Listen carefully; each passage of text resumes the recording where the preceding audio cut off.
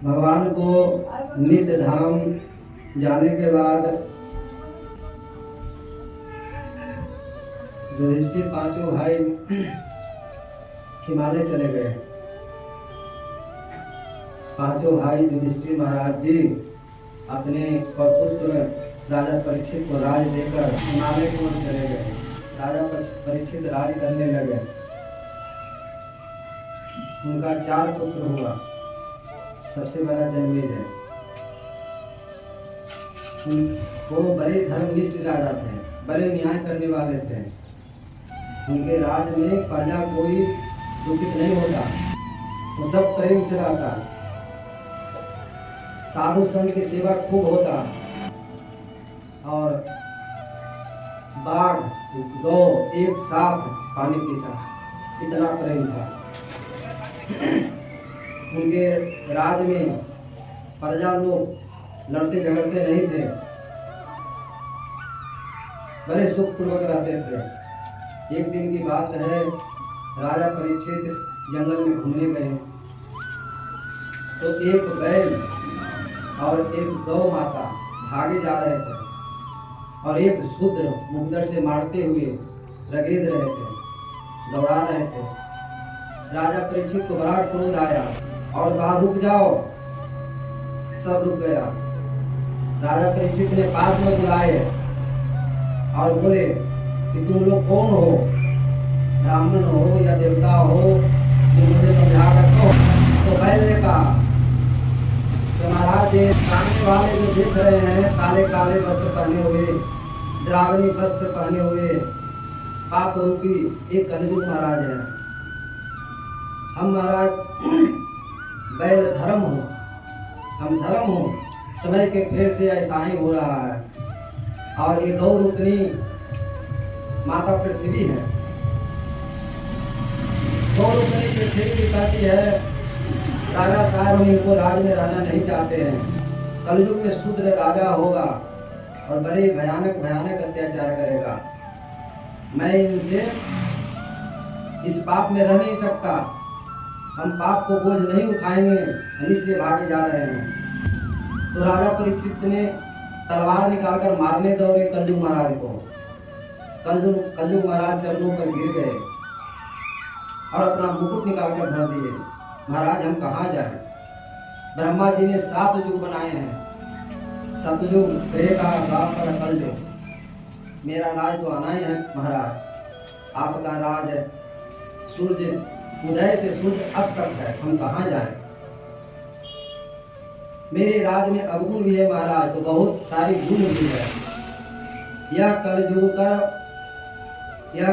कर परम प्रतापा, मानस गुण हो ही नहीं पाता। सोचने से ही धर्म लागू हो जाएगा। अभी सोच ले कि हम कथा सुनने जाना है, जिस टाइम से यदि सोच लिए तो पुण्य चालू हो जाता है। लेकिन पाप सोचने से नहीं, करने से लगेगा। और जो करेगा वही पाएगा। बहुत सा गुण बताया। राजा परीक्षित को दया हो गया। राजा परीक्षित ने 4 स्थान दे दिए। भूतम पानम स्त्रियाम सुना यथा चतुर्विधा। भूतम माने झूठ भी होता है और जुआ भी होता है। दूसरा मदपान, शराब पीना। तीसरा वेश्यागमन और चौथा हिंसा।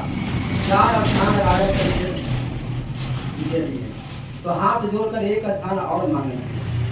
वो जो गलत कमाए का धन है या स्वर्ण बनाया हुआ सोना है, वो जगह मांग लिए। राजा परीक्षित ये भी दे दिए, 5 जगह दे दिए। तो राजा परीक्षित जी धर्म को अपने पास में रख लिए। गौ माता तो अपने पृथ्वी में विलीन हो गई और कलयुग महाराज जी अपने 5 स्थान में चले गए। और राजा परीक्षित जी आकर रहने लगे। कुछ दिन के बाद ऐसा हुआ महाराज की वो अपने खजाना में से एक मुकुट निकाले। मुकुट बहुत अच्छा था और वो मुकुट जरासंध को था, जीत कर लाए थे। और वो मुकुट पहनकर राजा परीक्षित जंगल में चले गए। कलयुग महाराज जी प्रवेश कर गए और उनको बहुत प्यास लगा। वो कुटिया को खोजते हुए समीक मुनि के पास चले गए। समीक मुनि बड़े ध्यान से भगवान में मग्न थे। अब वो अनाप शनाप बोलने लगे, ये महात्मा, हम राजा परीक्षित हैं, हमें पानी पिलाओ, झूठे आंख मूंद रखा है, राजा को देखकर आंख मूंदता है। अनाप शनाप बोलकर और मरा हुआ सर्प लेकर गले में डालकर चले गए। तो ये कलयुग महाराज जी का 5 स्थान है। 5 स्थान यदि हम लोग कुछ भी एक इस्तेमाल करते हैं तो कलयुग महाराज सताएंगे। चाहे शराब हो, चाहे स्त्री गमन हो, चाहे हिंसा हो, चाहे धन हो, ये चारों 5 स्थान में चाहे जुआ हो, तो कलयुग महाराज जी हम लोगों पर हावी हो जाएंगे। जब भारत पर अंग्रेज ने चढ़ाई किया तो अंग्रेज भारत के लोग को कमजोरी हो रहा था, तो एक ब्राह्मण को उठा कर ले गया और ले जाकर मांस पकाकर रख दिया, और दूसरा स्त्री, सुंदर स्त्री रख दिया, और तीसरा शराब रख दिया, चौथा बहुत सा धन रख दिया, और उस ब्राह्मण से कहने लगा कि इसमें से सबसे पहले ये मांस खाओ। वो कमजोरी ढूंढ रहा था, यहाँ के लोग कैसे फंसेगा। तो ब्राह्मण कहता है कि राम राम, ये जिंदगी भर हम भगवान का कथा किए, भगवान का वेद पुराण पढ़े, कर्म कांड किए, नित्य धर्म किए, ये हमसे नहीं होगा, मार दो तो मार दो, हमसे ये नहीं होगा। तो अंग्रेज ने कहा कि ठीक है, ये धन ले लो। ढेर सारी धन रख दिया था, सोना चांदी। तो इसने कहा कि देखिए महाराज, हम लोग ब्राह्मण हैं, हम लोग कमी हो, पूजा पाठ से काम चल जाता है, कथा पुराण से चल जाता है, घटता है तो हम लोग भिक्षाटन करके खा लेते हैं, लेकिन हम ये धन नहीं लेंगे, दूषित धन हम नहीं ले सकते। मार दीजिए तो मार दीजिए, हम नहीं लेंगे। तो अंग्रेज ने कहा कि ठीक है, न लेगा तो सुंदर स्त्री है, इसको ले जाओ। कहा राम राम, दूसरे स्त्री को हम माँ बहन समझते हैं, हमसे ये काम नहीं होगा। अंग्रेज बोला कि हम मार देंगे, मार दीजिए, वो अच्छा है, लेकिन हमसे नहीं होगा। तो एक बच गया शराब। तो अंग्रेज ने कहा कि इसको तुमको पीना पड़ेगा, और न पियोगे तो हम मार देंगे। कहा कि अब कोई ऑप्शन है नहीं, अभी लास्ट चेतावनी है, हम मार देंगे। तो बेचारे ब्राह्मण सोचे कि शराब से तो कुछ होने वाला नहीं है, अरे पी लेंगे, फिर नशा खत्म हो जाएगा, फिर नहीं पिएंगे, अभी जान चला जाएगा। तो ब्राह्मण शराब पी लेता है। अब जब शराब पी लिया तो मांस भी खा लेता है। जब नशा आया तो मांस भी खा लिया, उस स्त्री से भी छेड़छाड़ किया और धन भी दे दिया। तो 5 स्थान कलयुग महाराज रहते हैं, यदि एक भी आप इस्तेमाल करते हैं तो कलयुग महाराज को भेंट कर जाइएगा। इसलिए इससे जरूर बचना है। ये 5 स्थान से बच के रहिए, भगवान को कथा सुनते रहिए, भगवान की सेवा करते रहिए, भगवान की लीला करते रहिए, लीला का स्मरण करते रहिए, तो कलयुग महाराज जी हावी नहीं हो सकते। यहाँ तक उनको पहुँच नहीं है। भागवत भक्त के हृदय में ही भक्ति माता और ज्ञान वैराग्य के स्थान है, तो वहाँ तक कलयुग महाराज नहीं पहुँचते हैं। अब राजा परीक्षित जी साफ पहना कर चले जा रहे। अब वहां से बालक जो खेल रहा था वो देख लिया और जाकर उनके पुत्र श्रृंगी ऋषि से जाकर कह दिया कि तुम्हारे पिताजी के तो राजा परीक्षित ने मरा हुआ सर्प लपेट कर चला गया। अब वो उसकी नदी में नहा रहा था, एक चुल्लू जल लेकर श्राप दे दिया कि राजा परीक्षित बहुत घमंड हो गया, इनको आज से 7वां रोज तक्षक सांप काटेगा, मृत्यु हो जाएगा। श्राप देकर दौड़ कर आया, गले में से सांप उतार कर रोने लगा। उनका ध्यान टूटा, समीप मुनि जी का ध्यान टूटा, क्या हो रहा है। कहने लगा, पिताजी आपके गले में मरा हुआ सर्प राजा परीक्षित ने डाल दिया है, हमने उनको श्राप दे दिए हैं, आज से 7वां रोज तक्षक सांप काटेगा, उनका मृत्यु हो जाएगा। अब तो समीप मुनि बहुत फटकार लगाए, अरे तू ऋषि पुत्र था, तूने कुछ नहीं विचार किया कि थोड़ा सा गलती के लिए इतना बड़ा श्राप दे दिया। अरे उनके राज में हम लोग सुरक्षित रहते थे, तूने ठीक नहीं किया। तुरंत समीप मुनि जी एक शिष्य को बुलाए और राजा परीक्षित को खबर पिठाए कि 7 दिन में मृत्यु होना है, आप चाहे तो मुक्ति का उपाय ढूंढ ले। अब राजा परीक्षित ने तत्काल सारे राजपाट त्याग कर, गिरवा वस्त्र पहनकर, अपने स्त्री से ऑर्डर लेकर और गंगा जी के तट पर आ गए। अब तो जो जितना ऋषि मुनि सब थे, सब दौड़ दौड़ कर आने लगे। जब सुने कि राजा परीक्षित का मृत्यु 7 रोज में होने वाला है, तो राजा परीक्षित ऐसा धर्मात्मा, सब साधु संत दौड़ दौड़ कर आने लगे। भरद्वाज, अरिष्टनेमि, भीरु, अंगरा, पराशर, विश्वामित्र, परशुराम, देवल, गौतम, पिपलाद, मैत्रेय, अगस्त, भगवान व्यास, नारद जी आदि सब लोग पहुंच गए।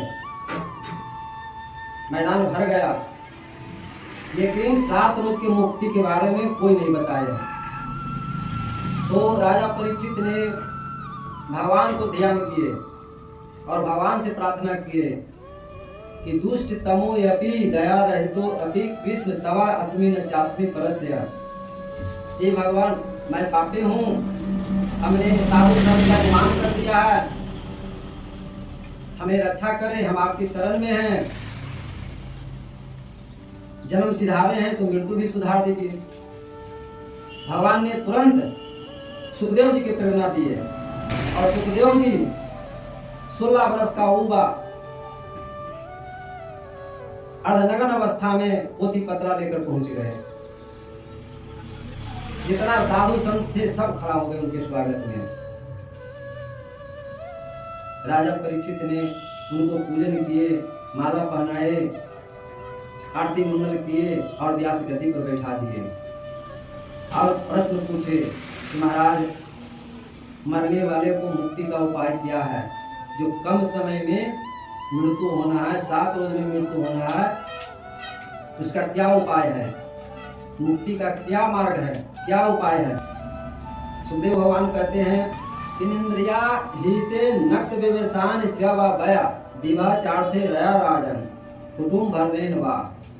हम जानते हैं कि गृहस्थ लोग को सारी उम्र यूं ही बीत जाते हैं, रात को निद्रा में या स्त्री प्रसंग में कट जाते हैं और दिन में धन के हाय हाय में कट जाते हैं और कुटुंब जन के प्रतिपालन में कट जाता है। परीक्षित, तुमको तो 7 दिन है। राजा खटवान को 2 घड़ी में मुक्ति मिल गया था। इसलिए परीक्षित, जो अभय पद प्राप्त करना चाहता है उसे तो सर्वात्मा सर्वशक्तिमान भगवान श्री कृष्ण के ही लीलाओं की श्रवण कीर्तन और स्मरण करना चाहिए। श्रवण मतलब कथा सुनना चाहिए, कथा में ही भजन कीर्तन हो जाता है। स्मरण करना चाहिए, सुना हुआ कथा को स्मरण करना चाहिए, ध्यान करना चाहिए, इससे ही मुक्ति मिल जाता है। सुखदेव जी ने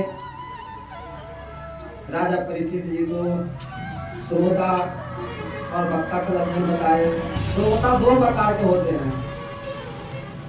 श्रोता 2 प्रकार के होते हैं, एक परवर और एक अवर। परवर मतलब होता है उत्तम श्रेणी के, अवर मतलब होता है अधम।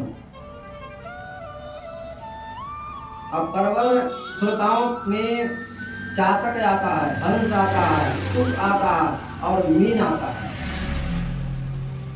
तो चातक मतलब होता है पपीहा, जो बादल के जल को ही पीता है पपीहा, और दूसरे जल को हाथ भी नहीं लगाता है। छूता भी नहीं है।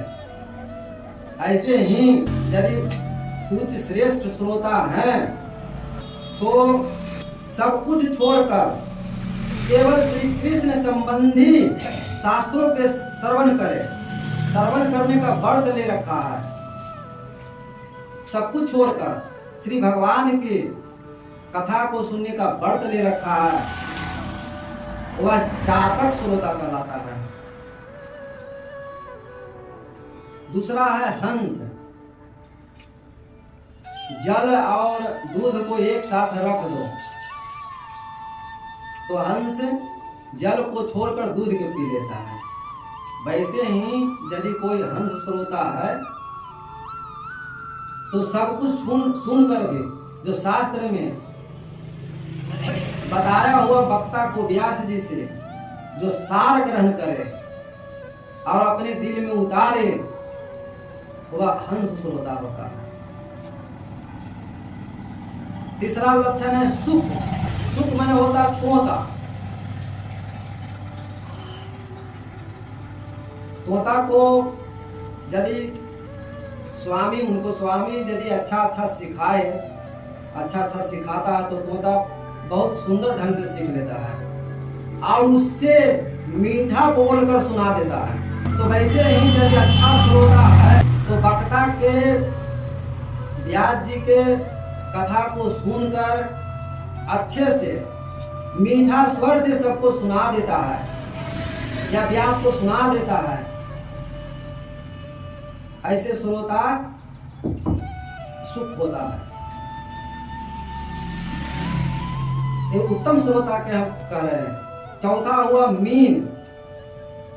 ऐसे तो कई भेद इनका है, लेकिन 4 भेद को बता रहे हैं। मीन माने होता है मछली। मीन जैसे क्षीर सागर में मछली मौन रहकर अपलक आंखों से देखती हुई सदा दूध पान करते रहती है, उसी प्रकार कथा सुनने समय अपने आंखों से वक्ता को देखते हुए वृक्क होता है, भ्रूण, वृष और उष्ट 4 प्रकार के। तो सबसे पहले वृक्क माने होता है भेड़िया।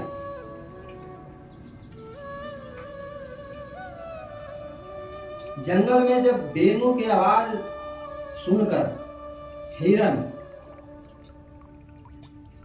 बड़े गौर से सुनता है, कान खड़ा करके सुनता है बेनू की आवाज, बहुत अच्छा उसको लगता है। लेकिन वृक्क भेड़िया है जो जाकर एक बार बहुत जोर से सुर मचाता है, अब वो हरिन को डर हो जाता है और ध्यान टूट जाता है। उसी प्रकार श्रोता है यदि कुछ वृक्क मैंने भेड़िया की तरह जैसे कथा उत्तम श्रेणी के जो कथा सुन रहा है, कोई बीच में आके हल्ला करता है, जोर से बोलता है, उसको वृक्क श्रोता कहते हैं। कथा में बोलना नहीं चाहिए, ध्यान से सुनना चाहिए। अब भ्रूण है, दूसरा भ्रूण, वो हिमालय पर रहता है और जितना ज्ञान वाले बात है वो सब सुन लेता है, वो सब उसको दिल में उतार लेता है और दूसरे को सुना भी देता है। लेकिन वो अपने दिल में उतार कर भी उसको मैंने प्रयास नहीं करता है कि हम ऐसे करें। मैंने उसको प्यार हो जाता है, दूसरे को सुना भी देता है, लेकिन अपने शरीर में उतारता वो नहीं है, गुण रखता नहीं है। तब वैसे ही श्रोता है जो कथा सुन लिया, अपने शरीर में नहीं उतारा और दूसरे से मैंने कि खूब कह रहा है, सुना रहा है, अपने नहीं उतारा दूसरे को सुना रहा है, वो हो गया भ्रूण श्रोता। तीसरा वृष। वृष मतलब होता है बैल। बैल के सामने अंगूर रख दो या कड़वा खली रख दो तो वैसा ही खाएगा। एक उसको न लगेगा कि मीठा है कड़वा है, एक जैसा ही खाएगा। वैसे ही उसी प्रकार सुनी हुई बातें को ग्रहण नहीं करता है एक जैसा संसार के बातों में चित्त रहता है और कथा को भी वैसे ही संसार के बातों की तरह समझता है, तो उसको श्रोता कहते हैं। कथा और संसार की बात को मिला देता है। अब उष्ट हुआ, उष्ट मन होता है ऊंट। जिस प्रकार ऊंट माधुर गुण से युक्त आम के पत्तों को नहीं खा सकता, वो ऊंट है जो आम के पत्ता को नहीं खा सकता, मीठा लगने वाले को नहीं खा सकता है, और वो नीम के पत्ती को चबाता है, छोड़कर नीम के पत्ती को चबाता है। उसी प्रकार जो भगवान की मधुर कथा को छोड़कर उसके विपरीत सांसारिक बातों को बोलता है या सांसारिक बातों में रमता है, उसे ऊंट श्रोता कहते हैं। उत्तम श्रोता कौन है? जो वक्ता यानी व्यास के सामने उन्हें विधिवत प्रणाम करके बैठे, अन्य सांसारिक बातों को छोड़कर केवल श्री भगवान की लीला कथाओं की ही सुनने की इच्छा रखते, शीश भाव से उपदेश रखते, शीश भाव रखकर सुने, उसका बराबर चिंतन करते रहे। ऐसे ही श्रोता को वक्ता लोग उत्तम श्रोता कहते हैं। सुखदेव जी कहते हैं, राजा परीक्षित महाभारत के पहले ही विदुर जी को निकाल दिया गया था, मंत्री पद से हटा दिया। विदुर जी ने महाभारत के पहले ही तीर्थों पर चले गए। तीर्थों पर चले गए, बहुत दिन के बाद जमुना जी के तट पर आए तो उद्धव जी से दर्शन हुआ। संत और संत, हरिजन से हरिजन मिले, 7 करोड़, दोनों मिलकर गले से गले लगे और रोम रोम खिल गए। बार बार छाती लगाकर हृदय से बार बार लगाते और देखते। विदुर जी को सारी घटना उद्धव जी बताए महाभारत के बारे में। भगवान नित्य धाम छोड़कर धराधाम गए, वो भी बात बताए। विदुर जी आत्मानम च कुरुश्रेष्ठ कृष्णेन मन छे छितम ध्यानन गते भागवते रुरोध प्रेम विह्वला। विदुर जी आपको भगवान बहुत याद किए। भगवान कह रहे थे कि हमने 2 ही जगह भोजन किए, एक जगह शिवरी माता के यहाँ और दूसरा जगह विदुरानी जी के यहाँ। केला के छिलका बड़े प्रेम से खिलाए और हमें कहीं भोजन अच्छा नहीं मिला। विदुर जी रोने लगे कि हम तो केला के छिलका खिलाए थे, हम तो कुछ भगवान को दिए नहीं। लेकिन विदुर जी जाते जाते भगवान आपको ध्यान किए हैं कि सबको दिए, लेकिन विदुर जी ऐसा एक शिष्य ने हमें कुछ भी नहीं दिया। उद्धव को मिलेंगे तो मंत्री जी के द्वारा तत्व ज्ञान दिए हुए विदुर जी सुनेंगे। आत्मानं च कुरुश्रेष्ठ कृष्णेन मन से छितम ध्यान गते भागवते रुरोध प्रेम विह्वला। अब ये प्रशंसनीय बात सुनकर विदुर जी रोने लगे। मनुष्य यदि भगवान को मरते समय याद करता है और भगवान यदि आ जाते हैं ध्यान में, स्मरण हो जाते हैं, तो उस मनुष्य को मुक्ति मिल जाता है। यदि भगवान जाते समय कोई जीव को याद करे, कोई मनुष्य को याद करे, तो भक्त नहीं होता है, वो प्रेमी हो जाता है। तो विदुर जी भगवान के प्रेमी थे। ऐसा प्रशंसनीय बातें सुनकर विदुर जी मंत्री जी के पास जाते हैं। मंत्री जी बैठाए और विदुर जी प्रश्न पूछते हैं। विदुर जी हरिद्वार में जाकर मंत्री जी के पास बैठे और प्रश्न पूछते हैं। मंत्री जी, संसार के हरेक प्राणी सुख चाहता है, दुख कोई नहीं चाहता है, सब सुख चाहता है, फिर भी दुख मिलता है क्यों? फिर भी दुख मिलता है।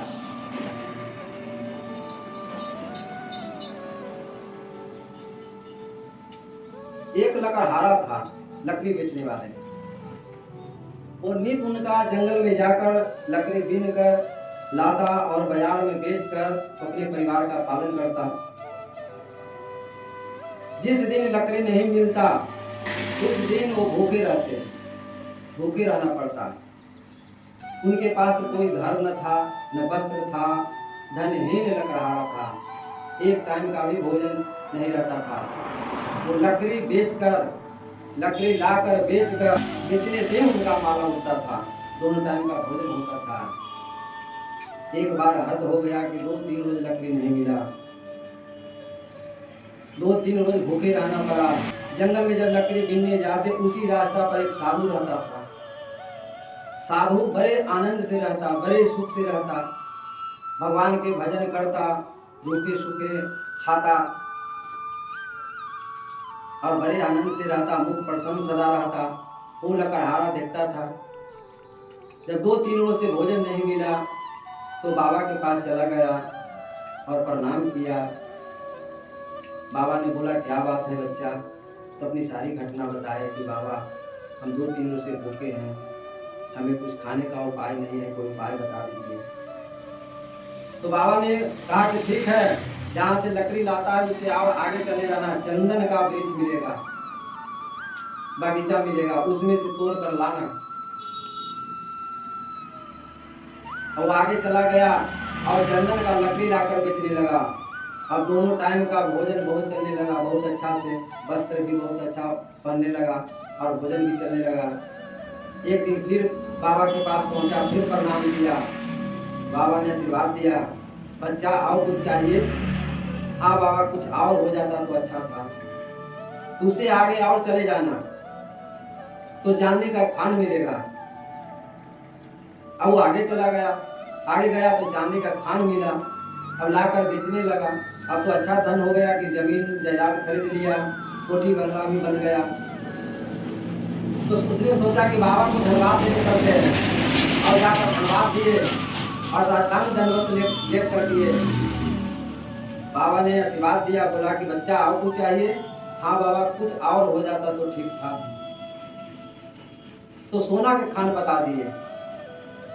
अब वो लकड़हारा सोना के खान भी पहुंच गया और सोना को लाकर बेचने लगा। अब तो देश के नंबर 1 हो गया। सोना तो सोना है, देश में पहला नंबर पर आने लगा लकड़हारा और सेठ बन गया।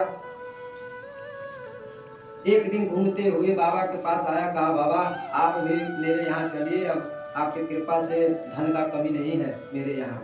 आप अच्छा बंगला में रहिएगा, अच्छा बिछावन रहेगा, अच्छा व्यंजन मिलेगा, आप चलिए। बाबा ने कहा कि तुम्हारा धन से कोई मतलब नहीं है, बस हम भगवान के भजन करते हैं, बड़े आनंद से रहते हैं। बार बार आग्रह किया लेकिन बाबा नहीं गए। बोले कि बच्चा और कुछ जरूरत है तो बताओ, आओ आगे बता देते हैं। बोला कि और कुछ हो जाता तो ठीक ही था। तो बाबा ने हीरा का खान बता दिए। अब वो हीरा लाकर बेचने लगा। अब देश किया, अब तो विदेश में नाम हो गया, विदेश में भी पहला नंबर आने लगा। अब क्या कहे उनको इस बने का, कोठी बंगला को क्या कहे, नौकर चाकर को क्या कहे, गाड़ी घोड़ा फैक्ट्री का क्या कहे, हवाई जहाज को क्या कहे, सब कुछ हो गया। अब वो धीरे धीरे वो इतना धन हो गया कि उनके पास हार्ट आ गया, बीपी आ गया, शुगर आ गया, घूमना फिरना बंद हो गया। अब 4 दीवार के अंदर रहने लगे, भय आ गया, धन के कारण भय आ गया। अब तो डॉक्टर के पास जाए, बहुत सा दवा लेकर आए, दवा खाते खाते परेशान हो गए और रात को नींद आता ही नहीं था। एक दिन जिंदगी से उब कर परेशान होकर फिर बाबा के पास पहुंच गए और बाबा भी जाकर बोले, रोने लगे। बाबा ने पूछे कि आप उदास क्यों हो, क्या बात है, क्या कारण है? तब बाबा एक प्रश्न पूछूं? पूछिए। तो आपके पास कुछ भी नहीं है, खाने के लिए भी कुछ नहीं है, बिछावन भी नहीं है, फिर भी आप बड़े सुखपूर्वक रह रहे हैं, बड़े आनंद से रह रहे हैं, क्या बात है? मेरे पास आपका दिया हुआ सब कुछ है, कोई चीज का कमी नहीं है। 10-20 तो रक्षक था खड़ा कि कोई मार न दे। मेरे पास कुछ भी नहीं है, लेकिन मैं बहुत दुखी हूँ, पहले से भी ज्यादा हूँ।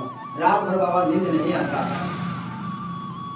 आज हुआ हवाई जहाज क्रैश कर गया, शायद हुआ फैक्ट्री में आग लग गया, हुआ गाड़ी पलट गया, हम तो परेशान हैं बाबा। ये धन के आप क्यों नहीं प्रयोग किए?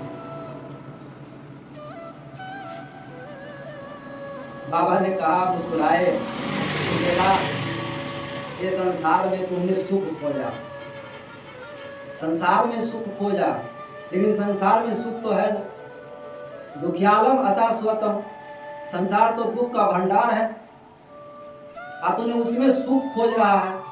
अब जहां सुख है वहां खोजा नहीं, जहां दुख है उसमें सुख खोज रहा है, तो वहां मिलने वाला नहीं है। सुख और आनंद तो भगवान में है, उनके बाद सुख के भंडार है, और तुम खोज रहे हो संसार में।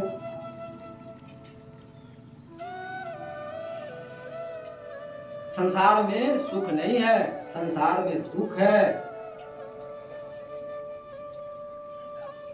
संसार में रहकर संसार को भूल जाना ही सबसे बड़ा सुख होता है। आत्मा को परमात्मा में लगा दो तो सुख हो जाएगा।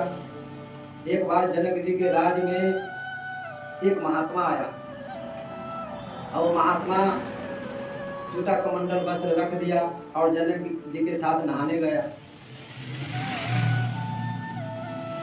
स्नान कर ही रहा था कि इधर जनक जी के घर में आग लग गया। अब एक आदमी कहने गया कि जनक जी आपके घर में आग लग गया है। तो बाबा थे ना, स्नान कर रहे थे बाबा, वो झट निकल कर अपने जूता कमंडल और वस्त्र बचाने गए और जलकर उसी में मर गया। और राजा जनक जी बोले कि अरे जलने दो, वो मेरा क्या जा रहा है, सब तो ठाकुर जी का है, हम जाकर क्या करेंगे, उनका धन है, वो जला दे चाहे रखे। राजा जनक जी नहीं गया। तो संसार में रहकर जो संसार से ऊपर उठ जाता है उसी को सुख मिलता है।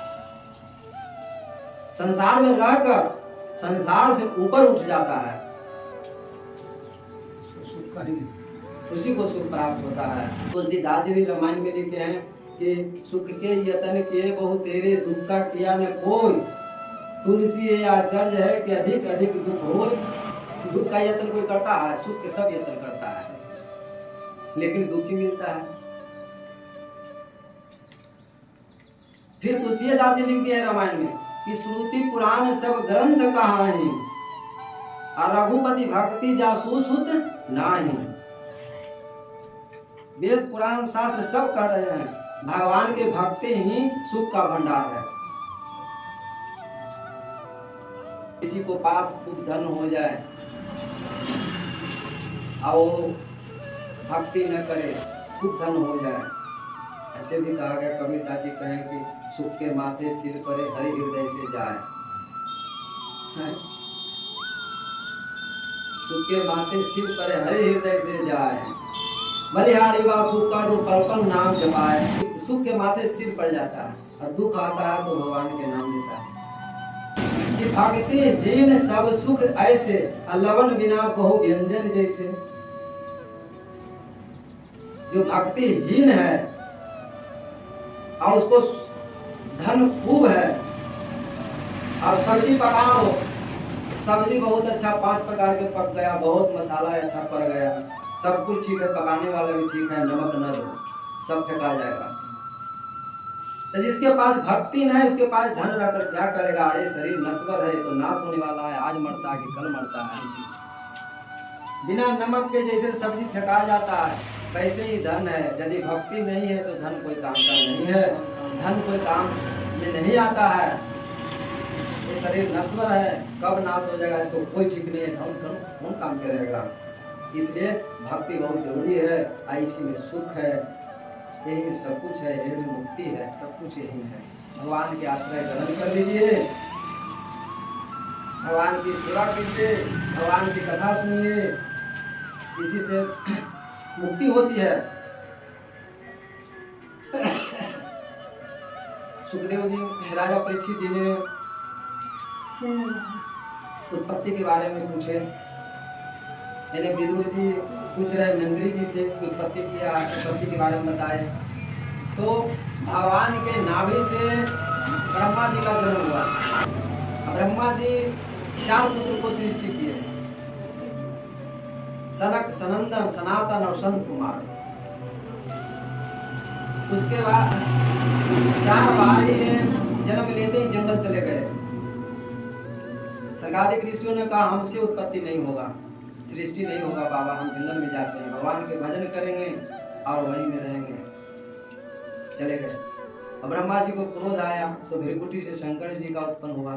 अब बोल दीजिए शंकर भगवान की जय। शंकर भगवान को उत्पत्ति करने के लिए बोले तो ये भूत, बैताल, पिशाच, डाकनी ये सब को पैदा कर दिए, डरावनी था। ब्रह्मा जी सोचे कि उत्पत्ति होगा तो इसी को ही ग्रहण कर लेंगे। बोले कि आप चले जाइए, तपस्या करने चले जाइए, भगवान को तपस्या कीजिएगा। बोले वह तपस्या करने चले गए। उसके बाद सरस्वती जी का, उनकी छाया से, ब्रह्मा जी के छाया से सरस्वती जी का अति हुआ, सृष्टि किए और कर्दम जी का सृष्टि किए। उसके बाद 10 पुत्र उत्पन्न किए ब्रह्मा जी ने। उसके बाद दाहिना और बाएं हाथ से मनु शत्रुपा को जन्म दिए। मनु जी ने कहा कि हम उत्पत्ति कैसे करें, पृथ्वी को तो एक राक्षस लेकर भाग गया। तो बड़ा भगवान उत्पन्न हुए। बोलिए बड़ा भगवान की जय। और उस हिरण्याक्ष को मारकर पृथ्वी लाकर स्थापित किए भगवान। उसके बाद ये कर्दम जी कुछ दिन के बाद ये तपस्या करने चले गए।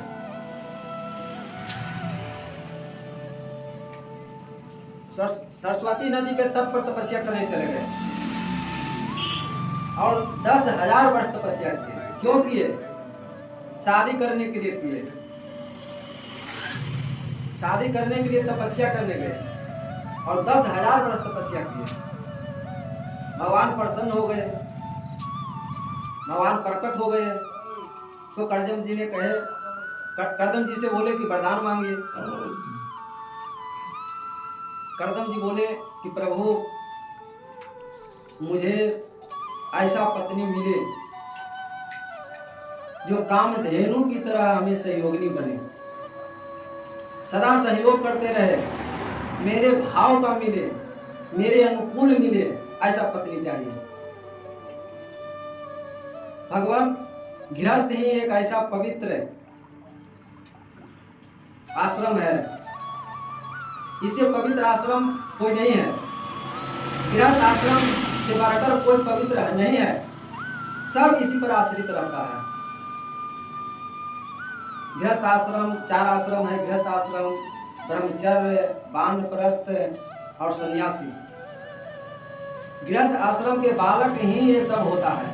ब्रह्मचर्य बनता है, गृहस्थ आश्रम के बालक ही वानप्रस्थ होता है, गृहस्थ आश्रम के बालक ही सन्यास होता है और सब गृहस्थ आश्रम पर ही टिका रहता है। ब्रह्मचर्य को क्या काम है? ब्रह्मचर्य को जाकर गुरुकुल में दीक्षा लेना, गुरुकुल में पढ़ना, गुरु जी के बातों की आज्ञा का पालन करना ब्रह्मचर्य का काम है। वेद शास्त्रों का अध्ययन करना। और वानप्रस्थ, वानप्रस्थ क्या है? वानप्रस्थ में जाकर भगवान को तपस्या करना, भजन करना, वानप्रस्थ हुआ। और सन्यासी, सन्यासी को क्या काम है? तो भगवान को स्मरण करना और भिक्षाटन करके अपना भोजन करना। लेकिन सबका मूल है गृहस्थ आश्रम में। इसलिए कर्दम जी ने कहे कि हमें ऐसा पत्नी हो भगवान कि मेरे अनुकूल हो, कामधेनु की तरह सहयोगिनी बने। भगवान गदगद हो गए। भगवान बोले कि सब कुछ हम पहले ही व्यवस्था कर दिए हैं, कल नहीं परसों आपके यहाँ मनु जी अपना बेटी देवहूति को लेकर पहुंचेंगे, प्रस्ताव रखेंगे अब तू स्वीकार कर ले। इधर मनु महाराज जी का 2 पुत्र और 3 पुत्री हुई थी। प्रिय भरत और तानपाद 2 पुत्र और 3 पुत्री आपूति देवहूति प्रसूति। तो परसों ही मनु महाराज जी आएंगे और प्रस्ताव रखेंगे और तू स्वीकार कर लियो, विवाह हो जाएगा। करदम जी घर पर गए। ठीक परसों ही मनु और शत्रुपा अपनी बेटी देवहूति को लेकर गए और प्रस्ताव रखे कि महाराज जी आपके गुणगान नारद जी के द्वारा हमारा बेटी सुना है, इसलिए आपका पति स्वीकार किया है, आप ग्रहण कीजिए, पानी ग्रहण कीजिए। तो करदम जी खुश हो गए और विवाह हुआ। मनु महाराज जी कन्यादान किए और सुबह चले आए और भगवान कह दिए थे करदम जी से कि 9 पुत्री का जन्म होगा और 10वां में एक बालक होगा, तो और कोई नहीं रहेगा, वो मैं ही रहूंगा और आप लोगों को सांख्य शास्त्र दूंगा, तत्व ज्ञान दूंगा और 100 वर्ष तक गृहस्थ आश्रम में सुख प्राप्त करना। करदम जी को बोल दिए थे। शादी हो गया और करदम जी के साथ देवहूति रहने लगी और करदम जी बड़े बड़े अनुष्ठान यज्ञ व्रत करने लगे और देवहूति जी ने सहयोगिनी बने। जैसे अवानी शंकर जी की पूजा करते हैं, वैसे ही देवहूति ने करदम जी के सेवा की। यदि स्त्री को सीखना है तो लक्ष्मी जी से सीखे। लक्ष्मी जी सदा निरंतर भगवान विष्णु को गोड़ दबाते रहते हैं। जहां भी चित्र में देखिए तो वहां लक्ष्मी जी पैर दबाते हैं। तो स्त्री को अलग से धर्म नहीं बनाया गया है। स्त्री का सब कुछ पति ही परमेश्वर होता है। यदि कोई धर्म करता है तो अपना पति से पूछ कर करे, यदि पति नहीं चाहता है तो नहीं करे।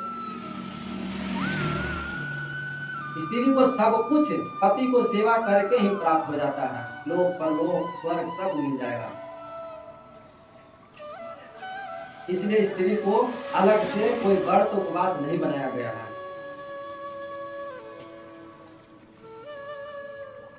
देवहूति को सेवा करते करते कई वर्ष बीत गया। एक दिन करदम जी देखे कि देवहूति एकदम जर्जर हो गई है, एकदम बूढ़ी हो गई है। तब करदम जी खुश हुए और बोले कि देवहूति बहुत तुमने सेवा किया है। कभी पत्नी के रूप में नहीं देखे, क्यों नहीं देखे?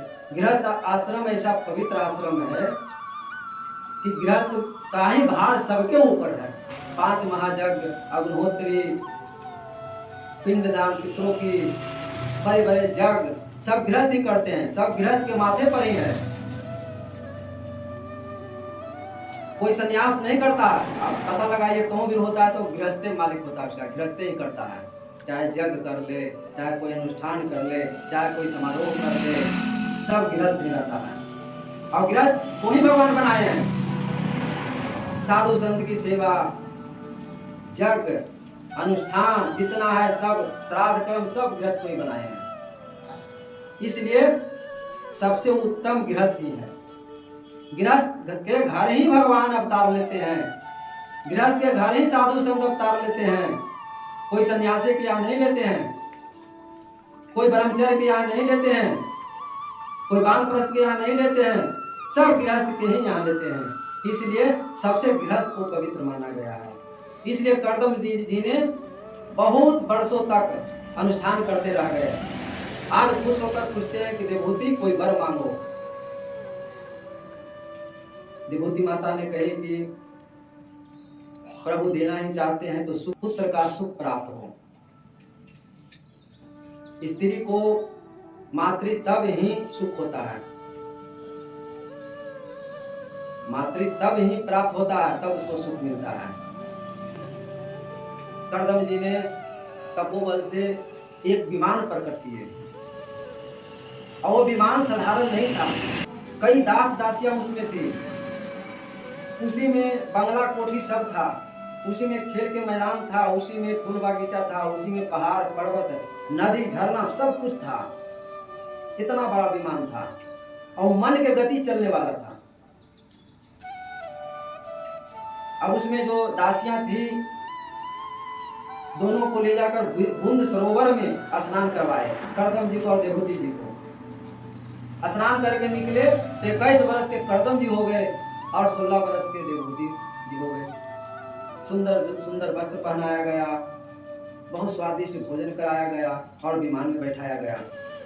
विमान के अंदर 100 वर्ष रहे, गृहस्थ आश्रम का सुख प्राप्त किए 100 वर्ष। 9 पुत्री का जन्म हुआ। देवहूति का 9 पुत्री हुई। कला, अनसुईया, श्रद्धा, हविर्भू, गति, क्रिया, ख्याति, अरुंधति, श्रद्धा, 9 पुत्री हुई। अभी करदम जी सोचे कि अब जंगल में जाते हैं तपस्या करेंगे, लेकिन देवहूति ने कहा कि स्वामी, एक पुत्र को, एक बालक हो जाता तो ठीक था। तब इनका ध्यान आया कि अरे मेरे घर तो भगवान आने के लिए बोले थे, फिर रह गए। तो 10वां में कपिल भगवान का अवतार हुआ। बोल दीजिए कपिल भगवान की जय। देवता लोग ऊपर से फूल बरसाने लगे, अबीर गुलाल उड़ाने लगे, संग धबनी होने लगे और जितना देवता था सब दर्शन के लिए आ गए। ब्रह्मा जी ने 9 पुत्र लेकर आए दर्शन के लिए। और उसी समय करदम जी ने सोचा कि देवहूति का एक बालक हो गया है, अब जंगल में जाना चाहिए। तो देवहूति माता ने कहा कि महाराज जी, जिसका घर में 9 पुत्री है, जवान है, उसको शादी ब्याह करके जाइए, हम नहीं रोकेंगे, आप शादी कर दीजिए, चले जाइए। अब करदम जी इधर उधर देखने लगे, ब्रह्मा जी पर नजर गई। तो ब्रह्मा जी ने अपने 9 पुत्र ऋषियों को कि वो बोले कि इन्हीं से शादी कर दो। तो इनका 9 पुत्री का ब्रह्मा जी के 9 पुत्र से विवाह हो गया। कला को मारीची से हुआ, अनसुईया को अत्रि से हुआ, श्रद्धा को अंगरा से हुआ और गति को पूरा से हुआ, अरुंधति से वशिष्ठ जी को हुआ और शांति को अथर्वा से हुआ। सबको शादी ब्याह कर दिए और जाने लगे। करदम जी चले गए, शादी करके जंगल में चले गए। तो गृहस्थ को क्या है, गृहस्थ यदि शुरू से अंतिम तक अपने घर को पकड़ता है तो बंधन के कारण बन जाता है। कम से कम 50-60 वर्ष की अवस्था में घर छोड़ना चाहिए और भगवान में रम जाना चाहिए, या घर ही रहकर रम जाइए, घर का माया मोह हटाकर रम जाइए। पहले के लोग अपने बेटा को राजगद्दी देकर चले जाता था, जंगलों में चले जाता था और भगवान में लग जाता था। करदम जी चले गए। बोलिए कृष्ण भगवान की जय। अब उस विमान में कपिल भगवान और देवहूति माता रहने लगे। कपिल भगवान चारों तरफ घूम घूम कर सांख्य शास्त्र का उपदेश देते, श्रीमद् भागवत कथा कहते, चारों तरफ घूमते उपदेश देते। एक दिन देवहूति माता ने कहा, मेरे बेटा साक्षात भगवान है, तो मैं आपके शरण में हूँ, हमें तत्व ज्ञान दीजिए, इस बंधन से छुटकारा हो जाएगा। कपिल भगवान कहते हैं कि माता हम सचमुच भगवान हैं। उपदेश दिए, मामतमान नान यत्र मद्भागवतः प्रधान पुरुषेश्वरात् आत्मनः सर्वभूतानां भयं तिरवं निवर्तितम्। मैं साक्षात भगवान हूँ, प्रकृति का और पुरुष का भी प्रभु हूँ, समस्त प्राणियों का आत्मा हूँ। मेरे सिवा और किसी अन्य का आश्रय लेने से मृत्यु रूपी भय से मुक्ति नहीं मिल सकती। माते मेरे सिवा किसी अन्य देवी देवता का आश्रय लेने से मुक्ति नहीं हो सकती। मैं ही भगवान हूँ, मेरे आश्रय लेने से ही मुक्ति होती है।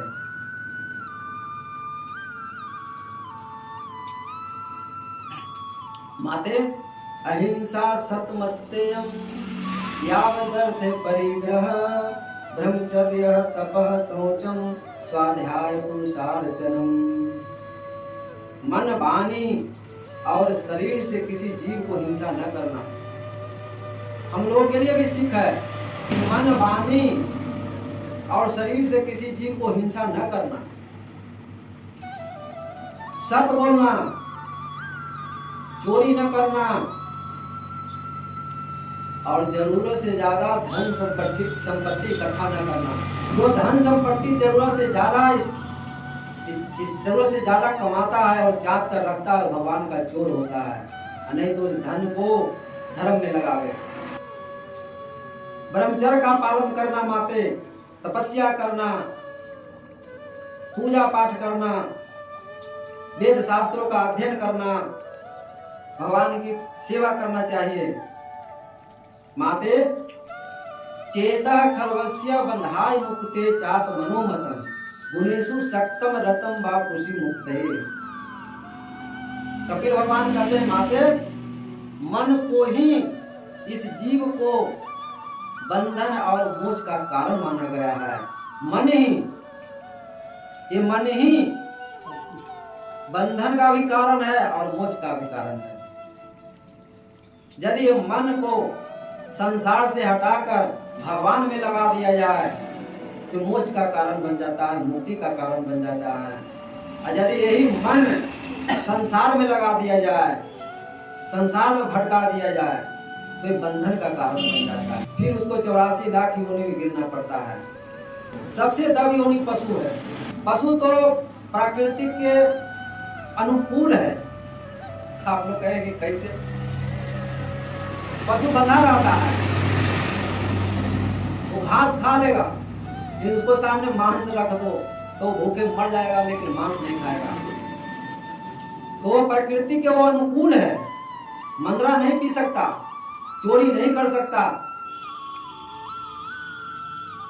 तो अनुकूल है। भले भगवान के भजन न हो सकता है, वो नीचे गिरेगा, लेकिन वो अनुकूल है। कम से कम प्रकृति के तो पकड़ के रखा है, लेकिन मनुष्य तो उससे नीचा भी गिर गया है।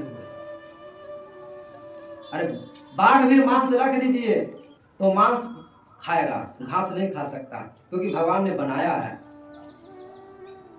लेकिन हम सब के लिए तो अन्न बनाए भगवान, लेकिन हम सब कुछ खा लेते हैं। तो सब लोग कहते हैं कि बारिश नहीं होता है तो आंधी तूफान आता है, बारिश के समय में बारिश नहीं होता है। प्रकृति के तो हम सब बिगाड़े हुए हैं। हमसे अच्छा तो पशु है जो कि अनुकूल है। पशु अनुकूल है। माता मन ही बंधन का कारण है, मन ही मोक्ष का कारण है। आकर 484 योनि भरवती जीव अविनाशी, कभुक करी करुणा नर देहि देत इस बिनु हेतु स्नेहि। नर तनु भव बारिधि कहूँ बेरा असमुख मानुष सम अनुग्रह मेरो। जो ले तेरे भव सागर नर समाज अस्पाई, सो कृत निंदक मंदमति आत्महन गति जाए। ये तुलसीदास जी की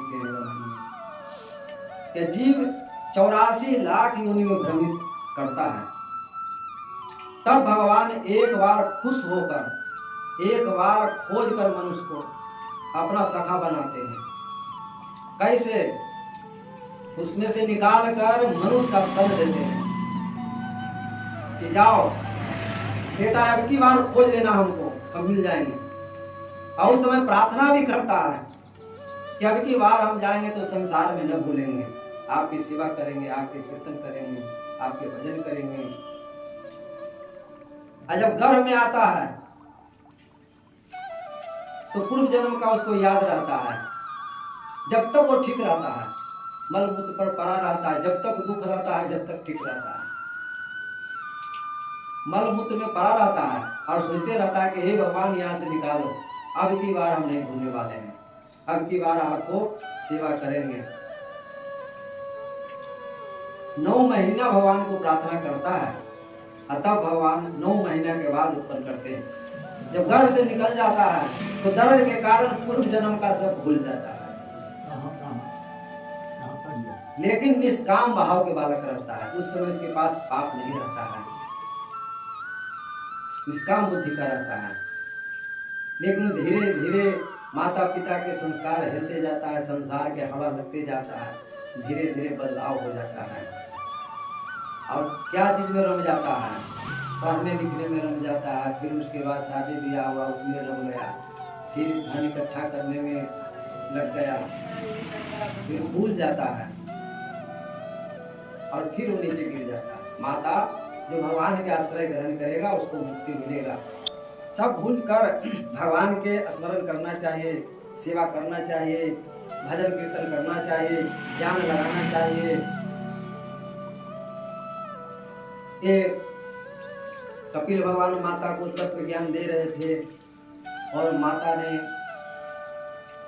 पिघल कर जल बन गए। इसमें 5 तत्व होता है, 5 तत्व से शरीर बना है। पृथ्वी, जल, वायु, अग्नि और आकाश। भगवान के कथा सुनते सुनते वो अपना शरीर से इतना दया उनको आया कि जल की मात्रा बढ़ गया और पानी बन गए। बाद में कपिल भगवान भी गंगा सागर में जाकर अपना विलय किए, वही गंगा सागर बन गया। हम लोग एक बार साल में जाते हैं। बोलिए कपिल भगवान की जय, गंगा माता की जय।